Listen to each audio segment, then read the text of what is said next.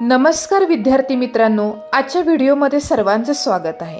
आजच्या व्हिडिओमध्ये आपण बघणार आहोत विज्ञान प्रयोगवहीमधील 1 ते 4 प्रयोगांची उत्तरं।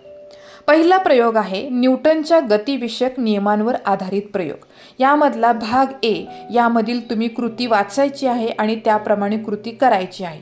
त्यानंतर तुम्हाला इथे आकृतीसाठी जी जागा दिलेली आहे त्यामध्ये योग्य अशी आकृती काढायची आहे आणि त्यानंतर निरीक्षण व स्पष्टीकरण नोंदवायची आहेत। मग निरीक्षण काय आहे तर काचेच्या पेल्यात वाळू भरल्याने तो जड बनतो, कलंडत नाही। पुठ्ठ्याला टिचकी मारण्यापूर्वी पेला, पुठ्ठा आणि त्यावर ठेवलेले नाणं स्थिर असते। पुठ्ठ्याच्या कडेला टिचकी मारल्याने पुठ्ठा पुढील दिशेने गतिमान होतो आणि नाणे ग्लासात पडताना दिसते। पुठ्ठ्यावर टिचकी मारल्याने त्याच्यावर बाह्य बलाची क्रिया होते, त्यामुळे पुठ्ठ्याची विराम अवस्था बदलते व तो पुढच्या दिशेने गतिमान होऊन काही अंतरावर जाऊन पडतो। परंतु अशा असंतुलित बलाची क्रिया नाण्यावर होत नसल्याने नाण्याची विराम अवस्था कायम राहून पृथ्वीच्या अधोगामी गुरुत्वीय बलामुळे ते ग्लासात पडते। या प्रयोगावरून न्यूटनचा पहिला नियम सिद्ध होतो की जर एखाद्या वस्तूवर बाह्य असंतुलित बल कार्य करत नसेल तर तिच्या विराम अवस्थेत किंवा सरळ रेषेतील एकसमान गतीमध्ये सातत्य राहते। आता निरीक्षणे नोंदवल्यानंतर भाग बी मध्ये देखील आपल्याला एक कृती करायची आहे आणि तशीच आकृती देखील काढायची आहे। त्यानंतर काही निरीक्षणे नोंदवावी लागतील। ती निरीक्षणे कोणती तर टेबलाच्या कडेला लाकडी व लोखंडी ठोकळे ठेवून त्यांना हळूच धक्का दिला असता ते टेबलाच्या पायाजवळ ठेवलेल्या भांड्यातील मातीच्या चिखलात पडतात। हे ठोकळे चिखलात पडल्यावर काही अंतरापर्यंत खोल रुततात आणि त्या रुतण्याचे ठसे तयार करतात। या ठशांचे निरीक्षण केले असता असे दिसते की लोखंडाच्या ठोकळ्यांचा तयार झालेल्या खड्ड्याची खोली लाकडी ठोकळ्याच्या खड्ड्यांच्या खोलीपेक्षा जास्त आहे। ठोकळा आणि चिखलाचा पृष्ठभाग यांची जेव्हा टक्कर होते तेव्हा पृष्ठभागावर आघात निर्माण होतो आणि हा आघात वस्तूचे वस्तुमान आणि वेग यांच्या समप्रमाणात असतो।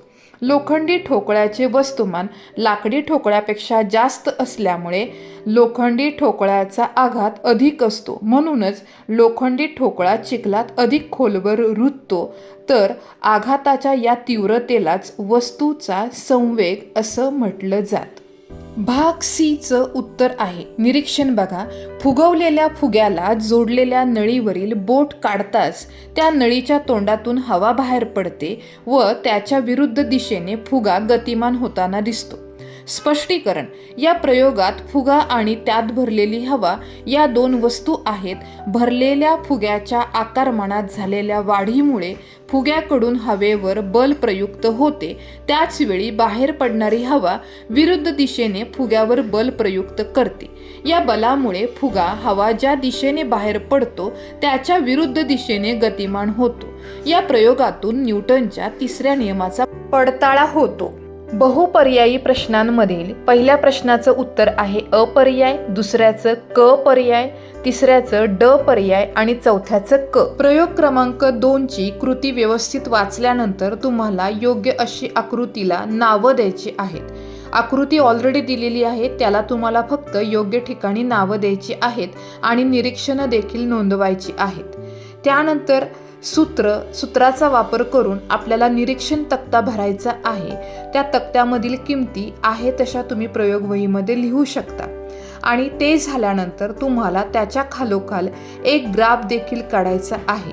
प्रयोग क्रमांक 3 रासायनिक संयोगाच्या नियमाची पडताळणी करणे। याकरता कृती दिलेली आहे, कृती व्यवस्थित करा आणि आकृतीला नावे द्या। योग्य अशी निरीक्षण नोंदवून झाल्यानंतर तुम्हाला निष्कर्ष लिहायचा आहे। द्रव्याचे अभिक्रियेपूर्वीचे एकूण वस्तुमान आणि अभिक्रियेनंतरचे एकूण वस्तुमान हे सारखेच भरते। या प्रयोगावरून द्रव्य अक्षयतेच्या नियमाचा पडताळा होतो। आता बहुपर्यायी प्रश्नांमधील पहिल्या प्रश्नाचं उत्तर क पर्याय, दुसऱ्याचे अ पर्याय आणि तिसऱ्याचं ड पर्याय हे उत्तर आहे। प्रयोग क्रमांक 4 आहे दिलेल्या द्रावणातील आम्ल आणि आम्लारी धर्मी मूलके शोधून काढणे. याकरता दिलेली कृती क्रमांक 1 व्यवस्थित वाचून दिलेल्या आकृतीला नावं द्यायची आहेत. त्याचबरोबर रासायनिक अभिक्रिया, निरीक्षण, अनुमान यांच्या नोंदी देखील करायच्या आहेत.